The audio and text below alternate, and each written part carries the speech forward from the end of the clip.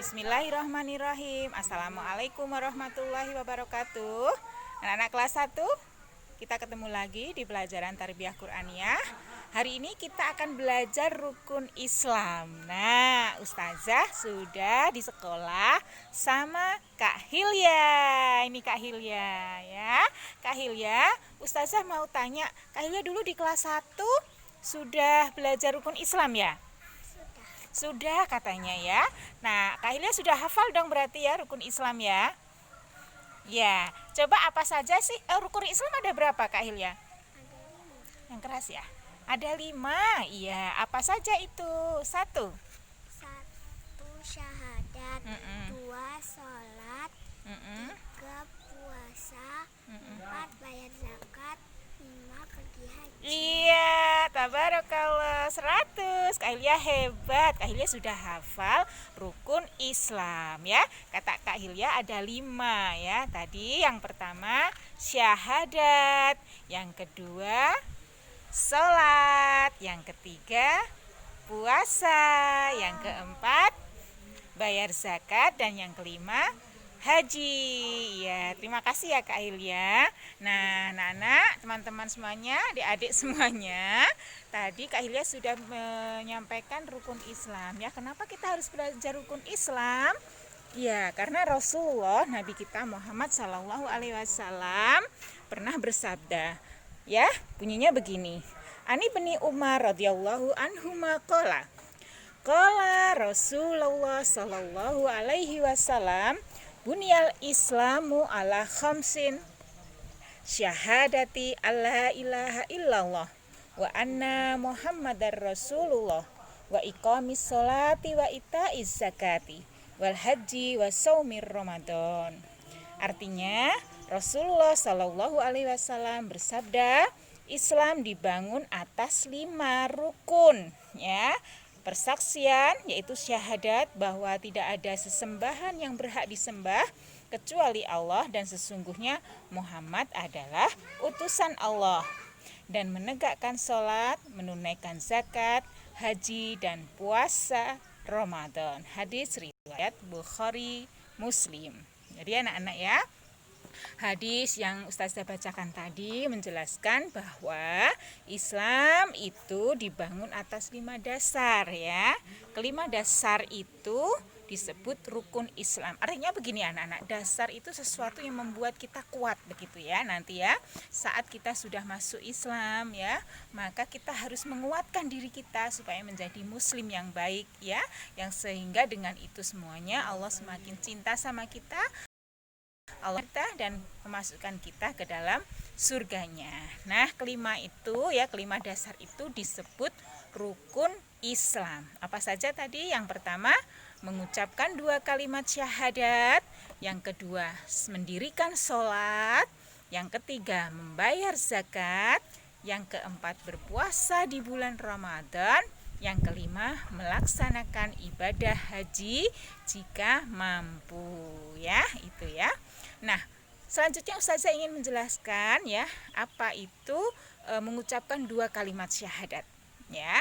Yang tadi yang pertama, rukun Islam pertama kan mengucapkan 2 kalimat syahadat ya. Seperti apakah itu?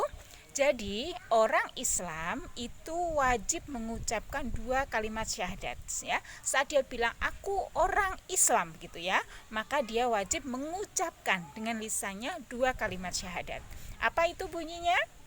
Insya Allah kalian sudah bisa ya. Bunyinya adalah asyhadu alla ilaha illallah wa asyhadu anna Muhammadar Rasulullah. Yang artinya, aku bersaksi bahwa tidak ada Tuhan selain Allah dan Muhammad adalah utusan Allah. Bisa ya? Insya Allah itu artinya setelah mengucapkan 2 kalimat syahadat itu ya, asyhadu alla ilaha illallah wa asyhadu anna Muhammadar Rasulullah, berarti dia sudah resmi menjadi orang Islam gitu ya. Jadi kalau belum mengucapkan 2 kalimat syahadat itu berarti dia belum Islam. Nah ya, kapan dibaca syahadat itu? Saat awal pertama masuk Islam dan ya dibaca terus nanti ya saat sholat ya, kemudian sampai akhir hidupnya dia terus mengamalkan 2 kalimat itu ya. Kemudian yang kedua adalah mendirikan sholat. Mendirikan sholatnya karena sholat adalah kewajiban setiap umat Islam ya. Sholat itu tiang agama, maka ketika kita sudah rajin sholat berarti kita sudah menegakkan agama Allah. Kita sudah melaksanakan kewajiban kita ya, melaksanakan perintah Allah yaitu mendirikan sholat.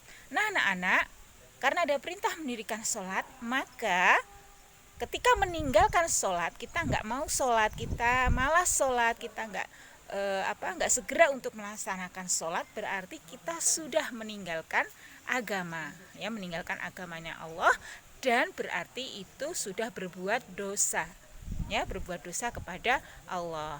Karena sholat itu mendekatkan diri kepada Allah ya, maka dirikanlah sholat jika ingin dicintai oleh Allah Subhanahu wa ta'ala.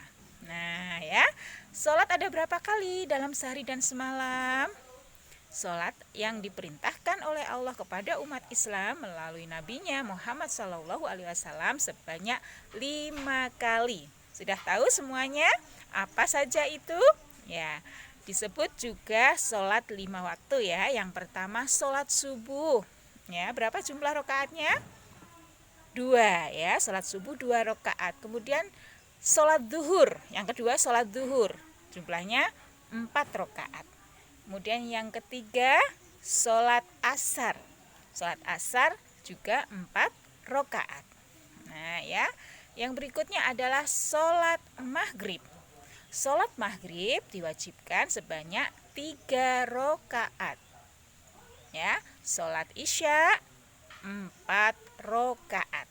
Ya, insya Allah sudah bisa ya. Insya Allah kita sudah diajarin ya dulu waktu masih kecil, TK mungkin ya, atau Rodotul Quran di sekolah sama Ustadz Ustazah atau dengan ayah bunda di rumah ya. Laksanakan sholat itu dengan penuh kecintaan, penuh kesadaran ya, karena Allah mencintai anak-anak yang melaksanakan perintahnya dengan baik ya. Ada 5 waktu: subuh, zuhur, asar, maghrib, dan isya. Nah, kemudian yang ketiga adalah membayar zakat. Nah, membayar zakat ini membayarkan sebagian, memberikan sebagian dari harta kita ya, kepada siapa? Kepada orang yang tidak mampu. Siapa saja mereka? Ada fakir, miskin ya, dan lain sebagainya. Nanti kita akan bahas di kelas berikutnya ya.